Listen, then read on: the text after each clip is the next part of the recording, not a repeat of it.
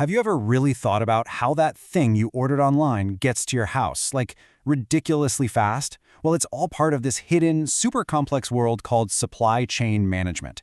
We're going to trace the journey of how businesses went from just, hoarding massive piles of parts to using some incredibly smart software that basically predicts our every move. Let's jump in. So here's the game plan. We'll kick things off with the old-school just-in-case model. Then we'll see how the just-in-time revolution came along and flip that entire idea on its head. After that, we'll dive into the rise of planning software, things like MRP and ERP, and explore both their incredible power and their pretty serious risks.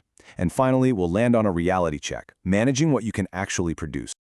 All right, first up, let's wind the clock back to a time where the main strategy was pretty simple. More is more. The bigger your stockpile, the safer you felt. Okay, this slide right here, this gets to the absolute core of a huge mental shift.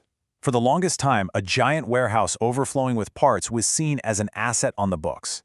It was your safety net, right? Your guarantee that the factory would never, ever have to stop. But today's thinking completely reverses that.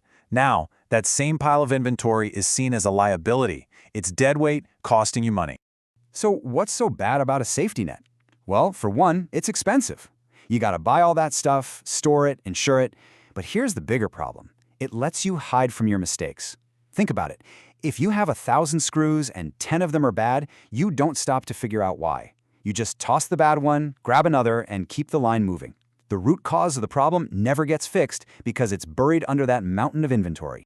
Yeah, that old way of thinking just wasn't sustainable, especially as global competition started heating up. So, a totally radical new idea started to take hold, one that basically said the best amount of inventory to have is none at all. And that brings us to just-in-time, or JIT. The idea is so simple, but it changes everything. You don't make a single thing until the very next step in the process is ready for it. Parts from your suppliers show up literally just in time to be used on the line, and finished pieces move to the next station right as it needs them. It's all about creating this incredibly smooth, lean, responsive flow. And the benefits? Oh, they are huge. You're not tying up a ton of cash and parts that are just sitting there. You save a fortune on warehouse space, even on taxes.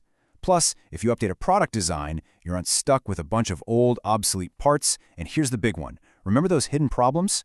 With JIT, if one bad part shows up, the entire line stops. And that forces you, right then and there, to figure out what went wrong and fix it for good.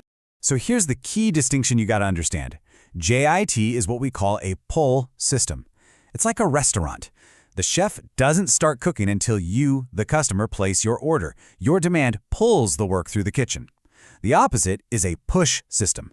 That's more like a buffet where the kitchen just makes a whole bunch of food based on a forecast of how many people they think will show up and then pushes it out there. We're gonna come back to that idea in a minute. Now, JIT is really just one piece of a much bigger philosophy called lean manufacturing. And the whole point of lean is to hunt down and eliminate waste wherever it's hiding. It starts with asking, what does the customer actually care about? Then you map out your entire process and you are ruthless about cutting out any step that doesn't add that value. It's all about creating that smooth flow, trusting your employees to make smart decisions and never, ever being satisfied. Always trying to get a little bit better every single day. So, while this whole JIT and lean revolution was happening on the factory floor, a totally separate evolution was taking place in the offices, and this one was all about computing power.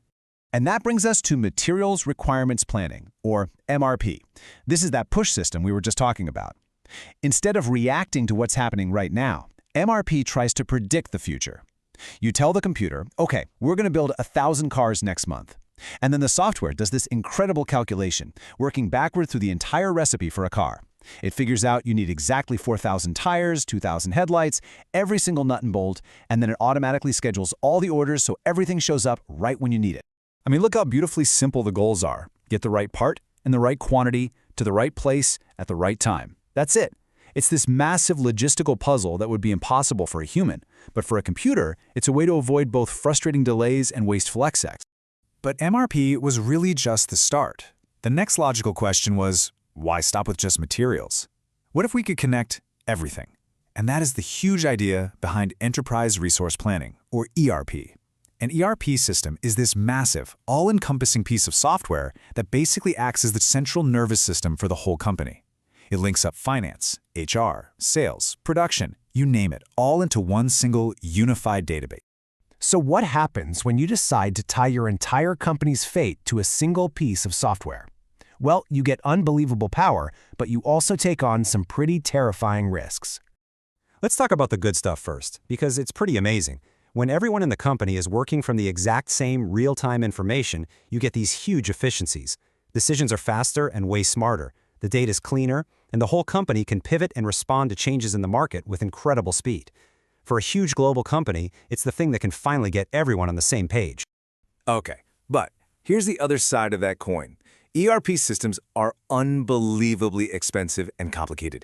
We're talking millions, sometimes hundreds of millions of dollars. The implementation can take years. You have to retrain pretty much every single employee. And if that project fails, and believe me, they do fail, it can be absolutely catastrophic. It can literally cripple the business it was supposed to save. So we've got these incredible philosophies like JIT and these super powerful software tools like ERP.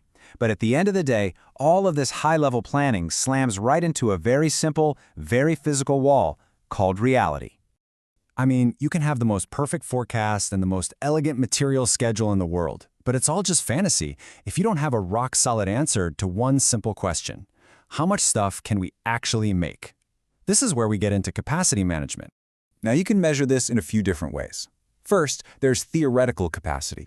This is like a fantasy land where machines never break, people never take breaks, and everything works perfectly. It's a totally useless number for real planning. On the other end, you have normal capacity, which is just your average output over a long time.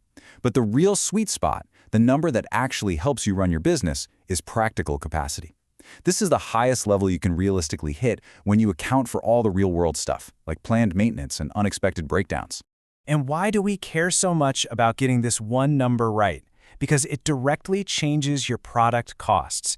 The capacity figure you use determines how you spread out all your big fixed costs, like rent on the factory, across every item you make.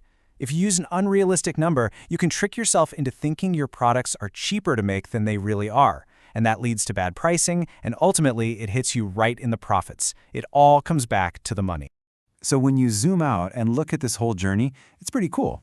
From those just-in-case safety nets to the slick just-in-time flows, and from basic forecasts to this all-powerful software, the mission has always been the same. It's this relentless hunt to eliminate waste. Wasted time, wasted material, wasted effort, all so you can deliver more value to your customer. Which, of course, brings us to the future. If ERP was the tool that integrated all the separate pieces inside a single business, what's the next great integration going to be? What will AI connect? Will it integrate entire supply chains, from the raw material supplier all the way to the customer's front door? The next big leap is already happening, and it's probably going to be just as game-changing as everything we've talked about today.